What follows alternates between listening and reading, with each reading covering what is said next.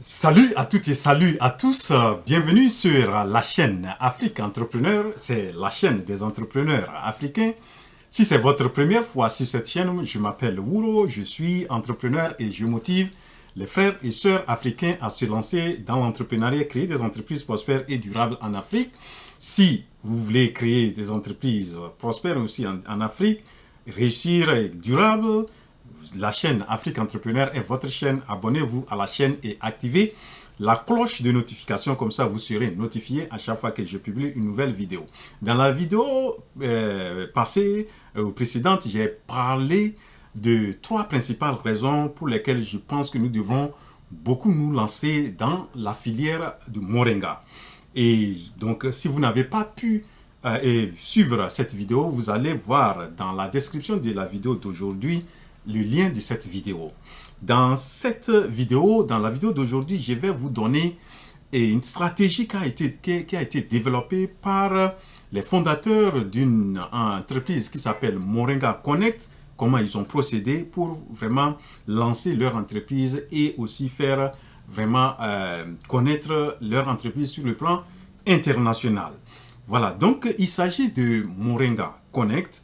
Moringa Connect a été créé créé par 2 jeunes, un qui s'appelle Kwame Williams et l'autre Emily Cunningham. Kwame Williams est d'origine ghanéenne, mais il a fait ses études aux États-Unis et c'est lorsqu'il rêvait d'être un ingénieur de l'aérospatial et donc aller travailler dans NASA. La NASA, vous connaissez, c'est vraiment un centre américain qui est l'un des centres mondialement connus en matière de trucs de satellites. Donc c'est là-bas qu'il rêvait et il avait même fait des stages là-bas. Et à un certain moment, un de ses mentors lui a dit qu'il devrait pouvoir retourner dans son pays pour voir les réalités des choses.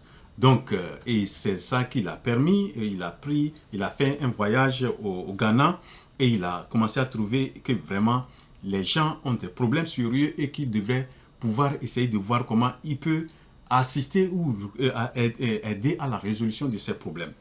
Et aussi, Emily Cunningham, c'est une qui étudiait l'une des grandes universités du monde qui s'appelle Harvard University.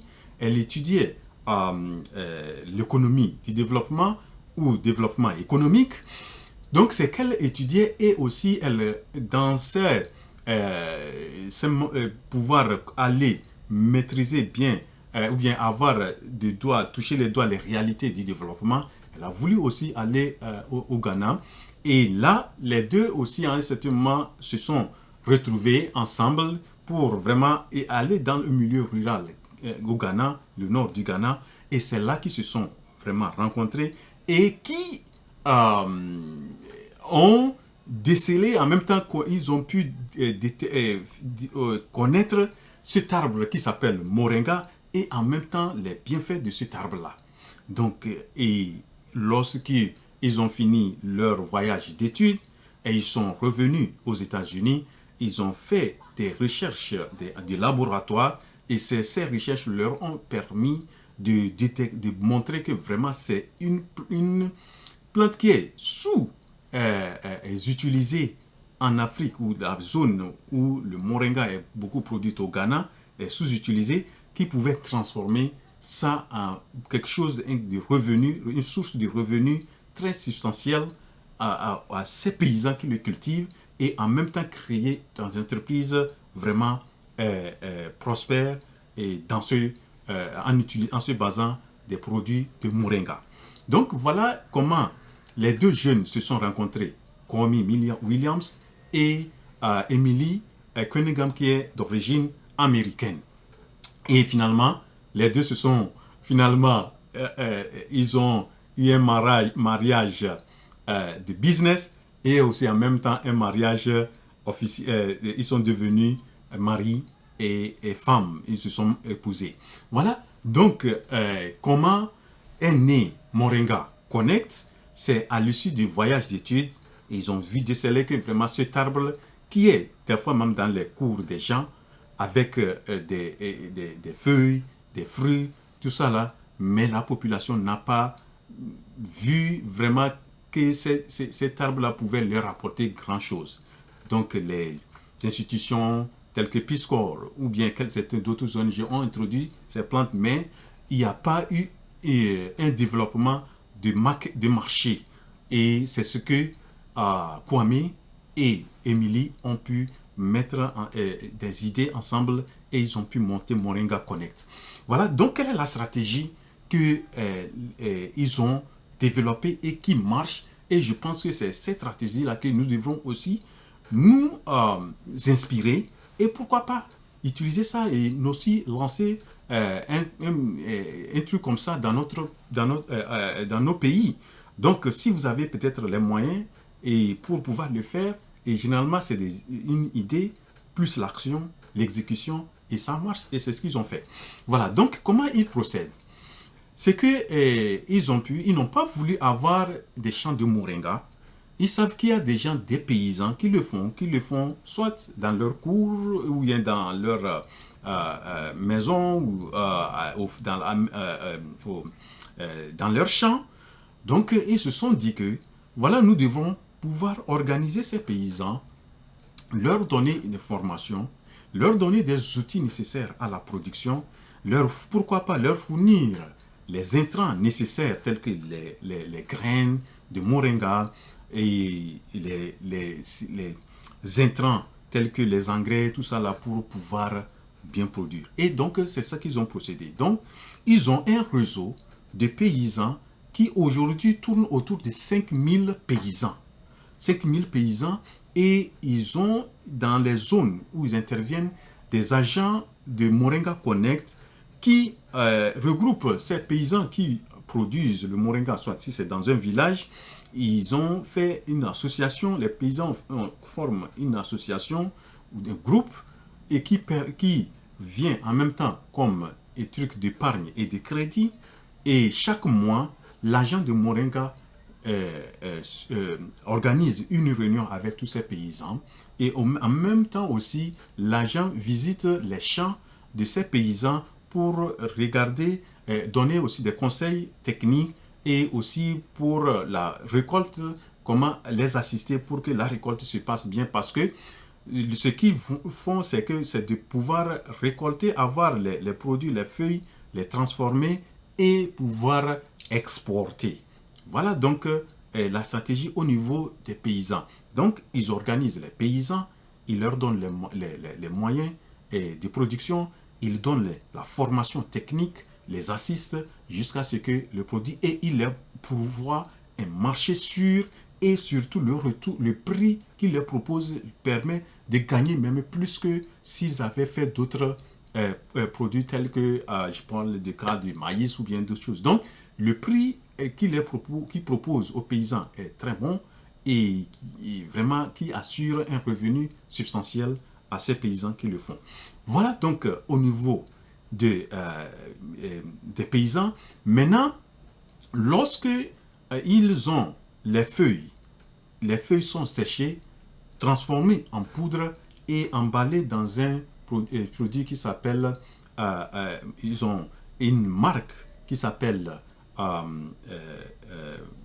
Minga Food. Donc Minga Food, ils font la poudre de moringa, ils font le thé de moringa et ils font aussi ce qu'on appelle en anglais les bars, les trucs de snack que vous pouvez manger avec le croquette, tout ça là. Donc ils le font et ils vendent ce produit. Ils ont un coin de vente au Ghana et aussi ils ont des coins de vente aux États-Unis. Et aux États-Unis, ils sont en relation avec une grande boutique de vente des produits alimentaires qui s'appelle Whole Food Market. Et vraiment, si vous avez pu mettre vos produits dans Whole Food Market, c'est que vous êtes grand, vous êtes connu. Donc, ce n'est pas n'importe qui que Whole Food fait confiance et fait rentrer ses produits dans sa boutique. Donc, ils ont pu vraiment développer ça.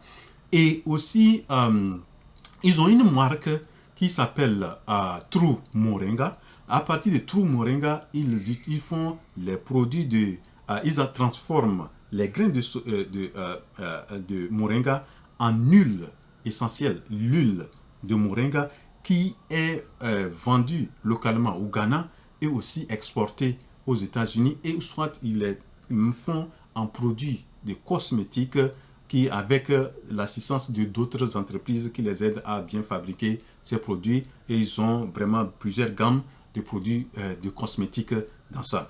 Et aussi, ils utilisent aussi, ils vendent, ils font les ventes, par exemple les ventes de moringa en poudre, ils les font des fois en gros avec des acheteurs internationaux, et le litre même de l'huile de moringa se vend à $80, qui est autour de 45 000 francs CFA.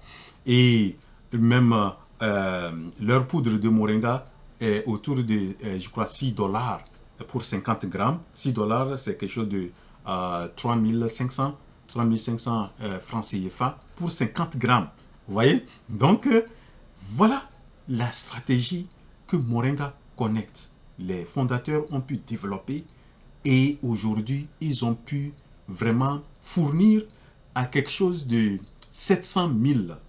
Si vous faites l'équivalent de 700 000 $ fois 545, je crois, on tourne de 300 et quelques millions de francs CFA qui ont été des sources de revenus pour les paysans qui sont des producteurs des produits de moringa qui fournissent à Moringa Connect. Et ils ont pu aussi permettre de planter quelque chose de 2 millions d'arbres de moringa au Ghana. Voilà donc les résultats. Voilà à partir de l'arbre moringa comment on peut développer une grande entreprise.